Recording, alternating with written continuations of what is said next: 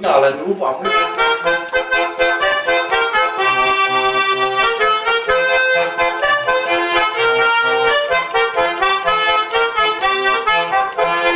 Nii, maja ehitamist. Tähendab, ma siin juba kergelt olen maininud, me elasime seal selles kõrval väikses majas. Ja siis oli nii, et sündis esimene tütar, sai juba, mis ta 6-seks sai või, oli kooli vaja minna. Tema läks 6-selt kooli, siis see lasteaia see esimene klass oli. Ja tema jaoks oli koht, kus panna koolilaud, kus ta saaks oma koolitöid teha. Ja siis oli 4 aastat hiljem sündis teine, vot sellel enam ei olnud ruumi, kuhu panna lauda. Ja siis me otsustasime, et võtame kätte ja ehitame selle maja siia. Ja siis oli niimoodi, et see kvartal, kus me praegu asume, siia lubati. Siit allapoole olid kõik 5-kordsed, no Tõnu teab. Linna poole olid kõik 5-kordsed, lasteaiad ja keskkoolid, mis kõik pidi tänama. Isegi tänavad pidi minema, sooja trass linna oma käima ja kõiki need.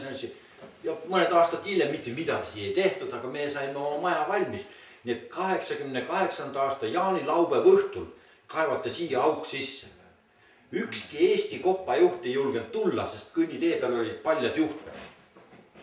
Ja tuli üks ukrainlane ja ütles, et taist ärg pangi tähe, mine pohhui. Ja tõmbas augu sisse, mis oli kell 5 hakkas õhtul pihta ja just jaanilaupäev ja veerand 11 oli suur auk sees. Lõpp oli niimoodi, et mina hoidsin tokiga elektrijuhtmeid ülevas ja tema siis seal all kaevas. Mina läksin ära, ma ei tahtma. Ja siis läks lahti, ega kraana ka ei tohtinud töötada, aga minul vundament on ehitatud nendest plokkidest. 1,5 tonni iga plokk ja siis... See oli teekraap, mis need paigaldasid. Oota, kraan oli õue poolt siit. Saime need kõik ära tõstetud ja tänava poole tema ei julge juhtmete alla, et sealt tänava pealt nähab see ja nii edasi. Ja siis ma läksin Märjal, oli siis mingi tee-ehitusvalitsus, seal oli Tatra baasil ehitatud kraavipervede tegija või niisugune kraap oli. Ja sellel käis kopp ka külge. Ja mehed ütlesid, mine ja küsi selle käes. See mees ütles, et aga mul on ainult autojuhiload, minugalt keegi midagi ära võtta ei saa. 1,5 tundi hirmu ja mul oli 11 plokki tänava poolt serv ka kõik tehtud. Tema tõstis tänava pealt kõik mul värgid ka. Ja siis oli maja ehitus. Ja siis läks edasi niimoodi, et novembrikuus hommik oli 11 kraadi külma. Ja prognoos ütles, et õhtuks läheb soojaks. Me hakkasime päeva jooksul siis seda keldrilage siia valama. 108 ruutmeetrit, see oli 5 sillikoormat, 15 kanti läks siia betooni. Ja oli tõesti hommikul 11 kraadi külma ja õhtuks oli +8 kraadi. Aga ööseks oli lubatud ka, mingi prognoos, et külma tuleb siis veel õhtu hilja, pimedas 11 ajal, mõned mehed jäid veel siia. Üks mees vist jäi meil isegi ööses sinna maasse majja see lepik või. Ja siis mul oli varatud turbamulda, suured kotid oli niimoodi. Siis veel ajasime tõrvapappi peale ja turbamuld sinna peale öösel ja tänu sellele pääsesime niimoodi, et külmad tulid ja betoon, tavaliselt kui külmab ära, siis ta mureneb. Ja mul on siin nüüd niisugused 36 mm armatuur teras on sees, põranda sees. Nii et üks mees ütles, et sa võid tankiga üle sõita, mitte midagi ei juhtu. Nii, siis läheme edasi. Maja ehitasime niimoodi. Järgmine kevade saime brigaadi peale, kes ladus esimese korruse üles tuhaplokist. Tuhaplokk, servi, 6 centimeetrit, kus on mineraalvatt ja lappi silikaat töö ümber. Nii. Ladusid esimese korruse ülesse ja siis ütlesid, et me tahaks nüüd avanssi. Sest 500 rubla oleks või palju kõik oleks saanud. Iga nina oleks saanud. Said selle raha kätte ja rohkem mehi ei näinud.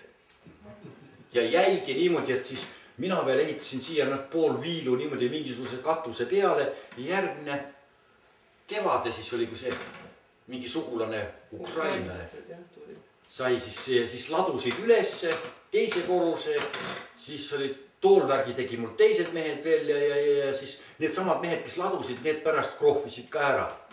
Ja selle krohvimisega siin oli probleem. Kersti tahtis väga, et neid asju siia. See ja siis siin on selle kõrval on ka see väiksem kaar. Väikseme kaare ma ladusin just üle kõik ära, aga see läks mul siin laiali. Ta peaks olema 25 centimeetrit lai, aga on 38. Ta läks laiali. ja vot siis needsamad krohvijad ütles niimoodi, et nemad seda tegema ei hakka. Ta oli siiru-viiruline imelik järjest. Ja ma mäletan siin, meil oli kuskil siit oli puittrepp üles ja mehed üleval siis krohvisid seal, vene mehed olid. Ja Kersti tuli töölt ja ma talle ütlesin, et vot nad ei keeldusid krohvimast ja siis kui Kersti läksid need üles ja sealt siis vene keeles korralikult, mitte niimoodi kui Pamarškomu, aga ikkagi õnnistas korralikult. Siis oli vaikus, järgmine päev oli see krohvitud. Ja siis oli krohvitud.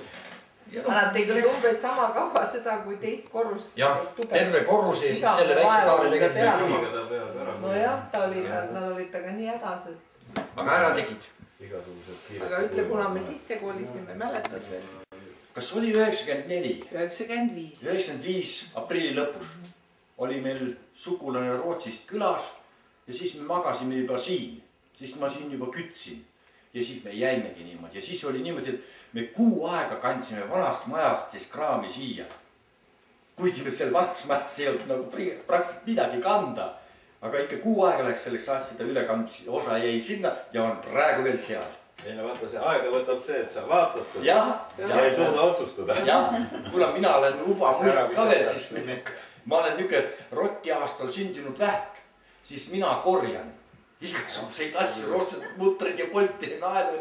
Mul on praegu veel ära alles kelleris need naelad, millega oli tehtud vundamentis ja kõige alumine vöö, see laudis ümberringi, need naelad on veel alles.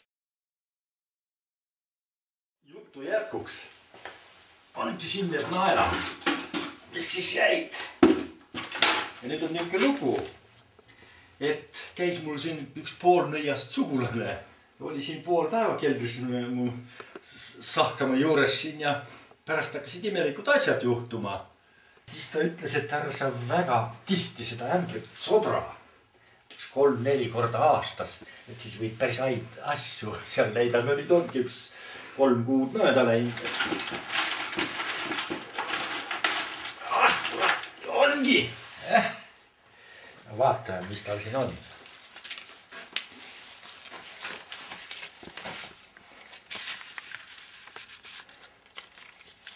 See on raha või? Raha paistab jah olemas seekord. Vahel pidid olema valed ka, aga vahel on õiged ka. No see on küll õige raha. Siin on juba jah. Nii, aga siin, ma ei tea neid. Mul on Kersti on majandusteadlane, tema jagab neid asju. Eks me pärast vaatame. Aha. Ossa, kurat. Ossa!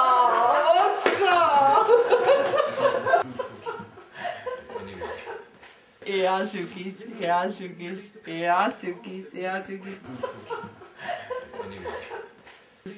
sügis.